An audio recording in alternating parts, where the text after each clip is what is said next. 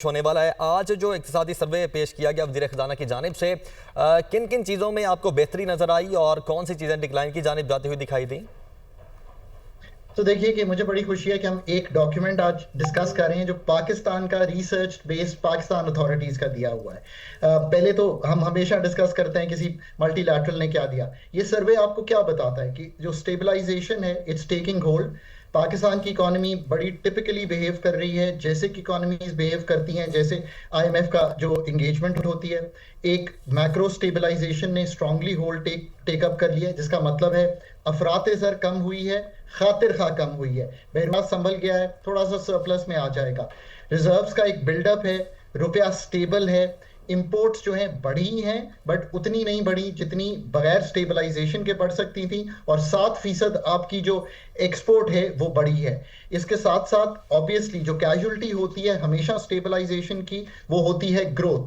और ग्रोथ में जो ज्यादा हिट लगी है वो ऑब्वियसली 0.6% सिर्फ ग्रोथ आ रही है एग्री सेक्टर से। और अगर 0.6% आ रही है तो 13.5% नेगेटिव है वीट, कॉटन और मेज। ये एक लम्हा फिक्रिया होना चाहिए, और यही मैं हमेशा कहता हूं कि ये 5-6 दिन पहले आ जाना चाहिए। कल का बजट फ्रेम करना है आपने 4,000 अरब के पीएसडीपी से। सो आप सोचिए कि रिसर्च एंड डेवलपमेंट में आपने क्या पैसे डालने हैं in terms of software of agriculture.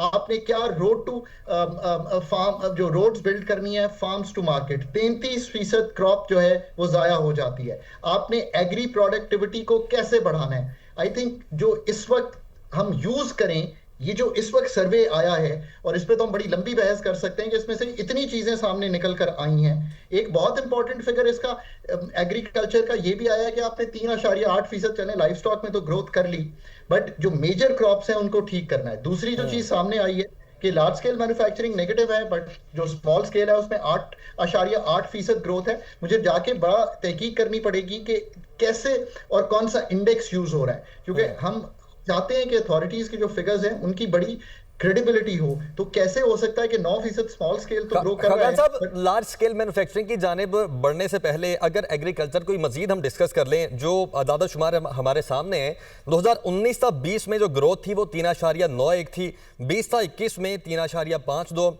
21 था 22 में 4.21, 22 था 23 में 2.24, और पिछले साल 6.40 और इस साल 8.56, यानी कि पिछले 6 सालों में सबसे कम तरीन सतह पर एग्रीकल्चर की ग्रोथ है। हम अपने आप को एग्रीकल्चर कंट्री कहते हैं, आपकी नज़र में ये बहुत ज़्यादा अलार्मिंग नहीं है, एग्रीकल्चर कंट्री होते हुए इतनी कम ग्रोथ रेट? देखिए, मैं हमेशा एक मिसाल देता हूं कि मैं टेबल पे था जब हमने आईटी और आईटीईएस में आसानियां पैदा की ताकि जो पैसे मंगवा रहे थे वो अपने पास रख सके, हमने अलाउ किया।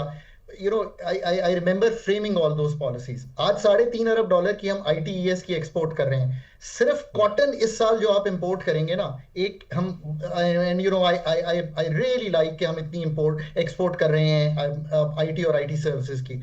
सिर्फ कॉटन की इंपोर्ट जो है ना वो 2 से 4 अरब डॉलर हमें हमारे ले जाएगी। सो थिंक के एग्रीकल्चर की इंपॉर्टेंस क्या है। हम 10 अरब डॉलर की शायद इंपोर्ट करेंगे एग्रीकल्चर, 5-7 अरब की एक्सपोर्ट करेंगे। अब इसकी जो पॉलिसी साजी है, सो कल के बजट में क्या दिखाई देना चाहिए। अगर मैं कहूं कि मेरे पास एक पाकिस्तान का रिसर्च थिंक टैंक का डॉक्यूमेंट आ गया है, उसको आप इकोनॉमिक एडवाइजरी विंग कहें, फाइनेंस डिवीजन का, मेरा होम ग्राउंड है वो, I have served in that. तो उसने आपको एक बहुत अच्छी तहकीक ये बताई है कि आप जो 4,000 अरब का कल बजट स्पेंड करने जा रहे हैं पीएसडीपी का, क्या रोड्स पे कंसंट्रेट करें या आप कंसंट्रेट करें उन रोड्स पे जो फार्म टू मार्केट हों। क्या आर&डी ठीक करें, बिल्कुल करें। क्या आप कंसंट्रेट करें यील्ड को बेहतर बनाने में, क्या आप बेहतर बीज पे कंसंट्रेट करें। क्या आप एफईडी मत बढ़ाएं एग्रीकल्चर प्रोडक्ट्स पे और एग्रीकल्चर इनपुट्स को सस्ता करें। क्या आप बिजली जो है जब देने जा रहे हैं तो क्या आप इंश्योर करें कि ट्यूबवेल सारे चले जाएं। सो थिंक कि क्या रेफॉर्मेटिव स्टेप्स हैं जो एग्रीकल्चर में दिए जा सकते हैं। Start your budgeting process with that. Khagan साहब, आप ऑलरेडी एग्रीकल्चर में भी टैक्स की बात कर रहे हैं। कुछ देर पहले जब ट्रांसमिशन में आप बात कर रहे थे तब भी आप एग्रीकल्चर पर टैक्स की बात कर रहे थे, लेकिन जब एग्रीकल्चर की ग्रोथ ही इतनी कम हो रही है, आपने कॉटन की बात की तो वो तो -19.03 है, तो इतने बुरे हालात में फिर दोबारा से टैक्सेस की बात अगर एग्रीकल्चर में की जा रही है, इसको कैसे हम कर सकते हैं, मैनेज कर सकते हैं, या इसको कह लें कि जस्टिफाई कर सकते हैं?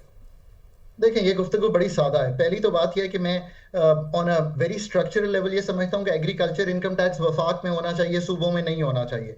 सूबों को कोई इंसेंटिव नहीं है कि वो जाके ये कर सके, बट चूंकि वो इस वक्त सूबों में है, कोई ये नहीं कह रहा कि चंद अरब से आप कोई हजार अरब पे चले जाएं।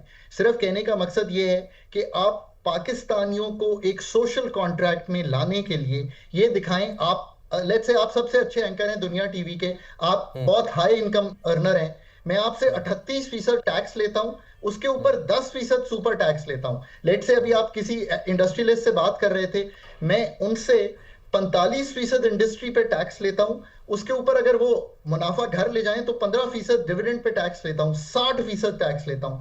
यार थोड़ी सी तो हॉरिजॉन्टल इक्विटी दिखानी है ना।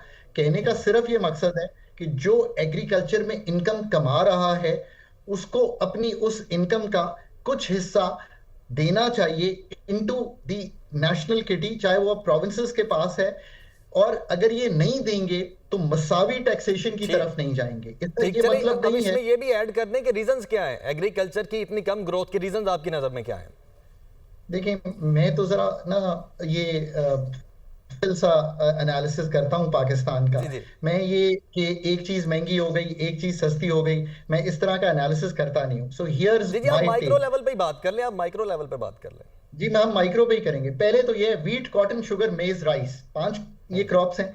इसमें जाकर कल बजट में ये बताएं कि पैदावारी सलाहियत पाकिस्तान की क्या है। मैं बताता हूं आपको, 570 kilogram per hectare cotton Pakistan उगाता है, चाइना 2000 और ऑस्ट्रेलिया 2000 किलोग्राम पर हेक्टर से भी ऊपर है। सो पहले तो ये देखें कि अब इसको ठीक कैसे करना है, इंडिया से मवाजना करें। सो आपको समझ आएगी कि प्रॉब्लम क्या है। So very clearly high yields की तरफ जाने के लिए क्या डीरेगुलेशन है जो आपने करना है। Number 1, water management. आपको पता है हम एक वाटर कि इस वक्त इंडिया के साथ एक जंग भी लड़ रहे हैं, तो वाटर मैनेजमेंट और वाटर कोर्सेज को ठीक करने के लिए सूबों ने सड़कों से बढ़ के क्या पीएसडीपी, क्या डेवलपमेंट सामने रखनी है। फिर जो पाकिस्तान में रिसर्च है, ये हुकूमत का काम है, उसको कम से कम 1.5% ऑफ जीडीपी तक लेके जाना है। ये जो 4000 अरब है, इसमें से हम क्या दे सकते हैं। एक्सेस टू क्रेडिट बढ़ा है पिछले साल, इकोनॉमिक सर्वे बता रहा है मुझे, मैं जाके फिगर देखता हूं। उसको आपने कैसे बढ़ाना है ताकि आड़ती की जो हेजमनी है वहां से फार्मर को निकालकर स्टेट बैंक के जो एक्सेस टू क्रेडिट है उसमें लाया जा सके। फिर जो एक्सटेंशन सर्विसेज है पाकिस्तान में, उसके लिए आपको हेल्प करनी पड़ेगी इन्हीं लोगों की। और अगर आप वाकई काम करना चाहते हैं, जो कि मुश्किल है, वो ये है कि आप कल के बजट में ये दिखाइए कि आप क्रॉपिंग पैटर्न की तब्दीली पर क्या कर सकते हैं। ये रियल रिसर्च मांगता है। और जो मैंने पहले भी गुजारिश की कि जो पोस्ट हार्वेस्ट मैनेजमेंट है ना, वहां 10 से 33% क्रॉप जाया हो रही है, उसके बारे में आप क्या कर सकते हैं। देखें, ये एक ऐसी इस वक्त सिचुएशन है कि इसको करने से ना सिर्फ सोशल कॉन्ट्रैक्ट बेहतर होगा, पर जो पाकिस्तान की पैदावारी सलाहियत है उसमें एक डेंट लगेगा। बट जो कल का बजट है उसमें और चीजें आप बहुत सीख सकते हैं इसी इकोनॉमिक सर्वे से। लार्ज स्केल मैन्युफैक्चरिंग अगर स्लो है तो वो क्यों है। मैं एक चीज सोच रहा था अभी कि क्यों स्मॉल स्केल जो है उसकी ग्रोथ तो दिखाई दे रही है। इसकी एक वजह ये भी हो सकती है, स्मॉल स्केल जो है ना वो लार्जली इनफॉर्मल है पाकिस्तान में। ऐसा हो सकता है क्योंकि वो टैक्स के निजाम में नहीं है, और मेरा जो मैन्युफैक्चरिंग है वो 45% टैक्स के निजाम में है। तो मैं कल उम्मीद करता हूं कि जो सुपर टैक्स है उसकी एक राह दी जाएगी।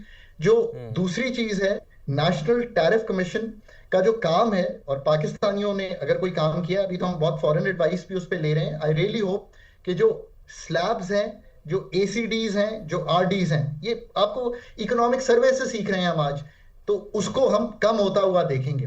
फिर फॉर्मलाइजेशन ऑफ इकोनॉमी, आपका सर्वे ये भी आपको बता रहा है कि जो इनफॉर्मल सेक्टर का मैन्युफैक्चरिंग है, मैं थोड़ी देर के लिए सर्वे के रिजल्ट्स को, जैसे अथॉरिटीज खुद कह रही हैं हम उनको मानना चाहते हैं, चले मैं मान लेता हूं, तो वो कह रही है कि कंस्ट्रक्शन में बेहतरी दिखाई दे रही है 6.6%।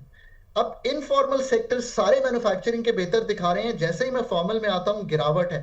तो मुझे फॉर्मल सेक्टर में क्या ईज करनी है कल के बजट में। और आखिरी बात, बड़ी अच्छी बात है कि इंफॉर्मेशन सर्विसेज जो है पूरी सर्विसेज को 3% के करीब ग्रो करा रही हैं।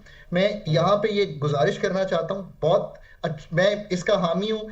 I was the first one sitting on the table and saying कि इनको आसानी दें पैसे लाने में, पैसे की मूवमेंट में। हमने बहुत काम किया, बट मैं तब भी कहता था it cannot be that we keep all these people who are making money out of the tax net.